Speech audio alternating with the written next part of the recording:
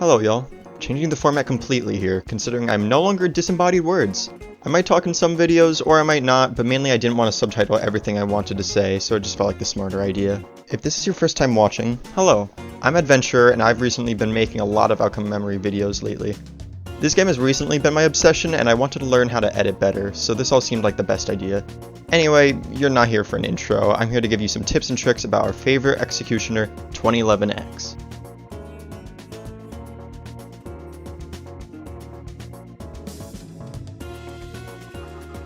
2011X is an executioner who is both heavily reliant on their abilities and a player's game knowledge. His main play style consists of chasing down one survivor at a time until they go down, whether it be through spamming M1s or finishing someone off with a charge. Because 2011X doesn't have any form of crowd control, however, it can seem very daunting, especially when you're in a full lobby where all the survivors stay grouped together the majority of the time. Here are some basic rundowns and tips to help you get your feet off the ground. I'll start with 2011X's M1. His basic attack is a hit sphere directly in front of him that has decent reach. You can usually spam the button, but sometimes survivors may time their jump specifically to your M1 slings, so occasionally switch it up. Sometimes if you space it correctly, you can land 2 M1s on a normal survivor, so long as they're extremely close to you for the first hit, and just on the border of your second hit. It can be very difficult to do this on a good survivor, but if the survivor is moving predictably, it's very possible. I also want you to pay attention to your surroundings. If there's a spring that you think the survivor will use, try and jump above it so that the survivor will bounce into your M1 rather than you not reaching them before using the spring yourself. One other important thing, yes, you may be after a specific character, but there are other survivors around. You may as well try and swing at them when you pass by. Your attack cooldown is around a second long, so it doesn't hurt too much to try and spread that damage around, especially against a larger group of survivors. 2011X has 4 abilities in total, and we're going to go in depth about every single one of them, starting with invisibility. It's 2011X's primary mode of movement when outside of chase. You move incredibly fast and can reveal the auras of nearby survivors around you. You also have the option to TP directly behind a survivor if you so choose. Though you've probably heard this before, it's always best for you to leave invisibility far enough away from a survivor so their peekaboo animation won't play. You can use this to show up in front of the survivor, or to utilize spring tech. For those who don't know, the spring tech is when 2011X goes invisible and bounces off of spring. While he's invisible, gravity has less effect on him, causing him to go flying into the sky. He can then leave invisibility to essentially airstrike an M1 onto an unsuspecting survivor.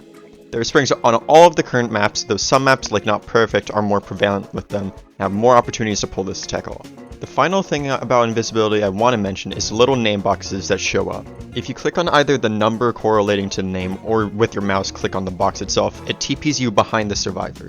Never use this. When TPing directly behind a survivor, the timer to use invisibility again takes around 25 seconds to come back compared to the 10-second cooldown if it has you manually leave it. That is an extra 15 seconds, a quarter of a minute, that you have to kill all the survivors before a minute 20. What if it's a Sonic that uses peel out and you're down God's trickery? Now you gotta run with your big floppy feet across the map just to have the chance of seeing the guy again. There are very few spots on any maps, yes, even that high ground on YCR, that can be reached using spring tech or just by walking. Only ever use the TP if it's absolutely necessary. The next ability is Charge, which is simultaneously, in my opinion, 2011X's best and worst ability. After using the ability, the EXE flashes 3 times and starts flying in the direction of the camera. If you are stunned before the 3rd red flash, the charge is cancelled and is put on a shorter cooldown. If you run into a survivor, they are forced to play a quick time minigame to escape. Other survivors could also stun the killer to get their teammate out of the grab. To be more specific, if you charge someone at full HP and it's uninterrupted, you'll usually do around 40 damage, unless they're on mobile, which is usually around 20 damage or less because the minigame's easier, so long as they hit all the skill checks. If the survivor's HP goes down to 15 while grabbed, they'll be downed or killed, though the lower HP they have, the more progress they'll make per skill check for escaping. You really only want to use this ability if you know a survivor who has high HP is far away from the rest of the team, or if you want to guarantee a down. Though not as often, Charge can technically be used as a movement tool, though I wouldn't recommend wasting an ability that can instantly down a survivor. While this ability can't be interrupted after the 3 red flashes, it can be countered by Eggman's shield or Knuckles' counter. For Eggman, unless he uses it early, you kinda just have to fly around him and hit him with an M1 afterwards. For Knuckles, you can wait for his counter to end and go back and grab him anyway, so long as he uses counter earlier in your charge. When it comes to LMS, it's good to get a charge off early, but you want to rely more on your M1s as their HP goes down. On average, 2011X can land 3 charges in LMS if used on cooldown. but the survivor won't get downed if you never land any M1s during that time. And honestly, the time it takes for the charge to end takes up more time than doing the damage with the M1 alone. On to our next ability, we have God's Trickery. This is one of 2011X's alternate abilities that can be used to find survivors. Upon activation, everyone's screens will start flashing black, and everyone has to follow a certain Undertale-esque rule. If the hallucination is blue, you stop moving. If it's orange, you keep moving. And if it's black, you jump. There's also a distorted color, but honestly, I'm a Tails main and I don't normally see what any of the colors look like most of the time. Also, this is a 2011X video, not a Survivor video, so... The only small tip I'll give for survivors is that jumping doesn't count as moving, so whenever the ability is used, you just want to make sure you jump. One of the hallucinations, however, is the real 2011X, though the killer can't actually choose who they teleport to, it's completely random. While this move can be incredibly helpful for finding survivors, it can also be used to counteract certain abilities depending on the situation. You see Eggman sprint? You can use God's Trickery and hope to TP to him. You hear metal charging at you? You use God's Trickery to avoid it. Are you in an LMS against a Sonic currently in Spin Dash? Use God's Trickery, and if it happens to be blue, the Sonic is forced to take a hit. It all depends on what you think will work out better. Keep in mind though, some of what I just said can also be done using invisibility. And honestly, it may sometimes be better. It's all up to what you prefer. Finally, we have our favorite ability, Rage Mode. Once your Rage meter has activated, the ability can be used at any time. Many people will wait right before the exits open, but honestly, you have a better opportunity to get more out of it early on. Either way, the kills you get add time to the clock, no matter when you get them. If you want, you can sometimes use Rage to avoid a stun, that way as soon as Rage starts, your target is down an ability and is essentially doomed. During Rage, you get a damage boost, speed boost, and jump boost. On top of that, you even get a stun reduction.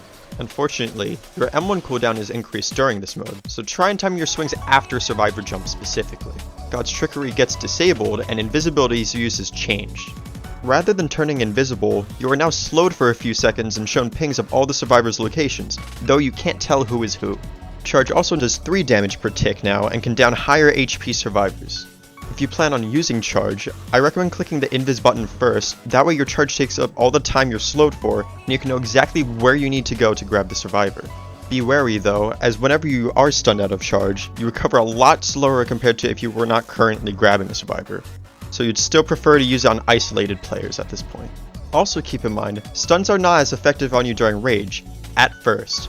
Yes, you are now all-powerful, but the more and more you get stunned, the more and more effective they become. What was a Tails laser that only stunned early in Rage for 2 seconds may stun for its entire duration later on.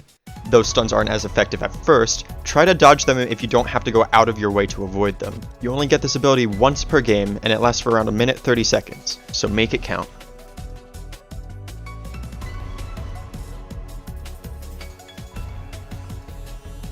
Now I've given you a few tips for the abilities of 2011X, but the most important thing for you to learn from this video is that you need foresight. What I mean by this is you have to have some kind of plan depending on the team you are up against. Some basic plans are like, if you see Cream or Tails, you go for them right away. If you know a survivor is missing their abilities, go for them. But something else important to understand is survivor team comps. Let's give a hypothetical. You're playing 2011X against a team consisting of Eggman, Cream, Metal Sonic, and Tails. In this scenario, there are only 2 people who can stun, one of whom takes much longer than the other. You also have a character that does great at keeping themselves alive, and a character that can heal 2 of the other survivors on the team. Think about who you want for last. Who plays the worst on the team? If Eggman uses his double jump every second, not using it to his best ability, it could be a good idea to leave him for LMS. Is Cream perfectly using their dashes to fly away or gain speed? Maybe you should try and kill her before LMS. You can also look at the team comp. Considering it's small, it's going to be hard to get Rage Mode. You can on purpose try and get stunned by Metal as much as possible to try and get it, or you can even try and kill Metal early, that way the only stunner left is Tails, guaranteeing that you land most of your charges without being interrupted. But even on top of that, can you tell who is on mobile, so you can avoid wasting charge on them because they can get out faster than others. There are a lot of small choices that you can make that greatly change the outcome, get it, of the game. It all depends on what matchups you specialize in or what your preference is. On the surface, 2011X seems like a simple, easily explained executioner, but there's a lot more thought that goes behind his choices to actually be a good EXE. I also want to mention something separate, but very important. Don't feel bad or annoyed when you get accused of tunneling. Personally, I recommend that you try and have half the lobby on their second life before going for kills, but sometimes you are forced to take someone out of the game. Let's say you have 10 seconds until the ring spawns, and you see a Sonic you just downed 20 seconds ago at 10 HP next to a completely healthy Knuckles. In that scenario, you have to go for the Sonic. This form of targeting isn't against the rules, as many people think it is. In fact, targeting isn't even on the rules for the game. To make you worry less, I will tell you the real definition of targeting. Targeting in these kinds of games is when a killer focuses on an individual player, not the character. Here, let me give two separate scenarios. A 2011X wants a cream out of the game because they don't want her to heal, so they keep chasing her until she's dead. They may be focusing on that cream, but that's not targeting. They have a legitimate purpose for taking the character out of the game. In the other scenario, let's say someone doesn't like a player because of their Roblox avatar. So in the game, they focus on killing that player, no matter who they're playing. That is what targeting is. I hope I've given good enough advice for you to go out there and turn off that disable EXE button before 0.2. If y'all want, I can even make in-depth guides on other survivors, but we'll see when we get there. I hope you all enjoyed, and I hope you have fun and outcome memories.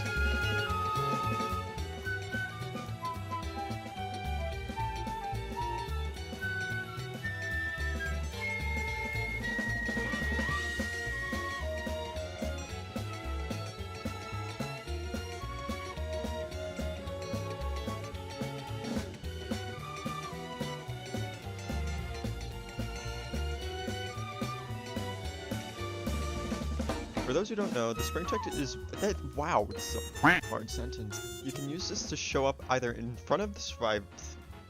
I'm gonna lose it.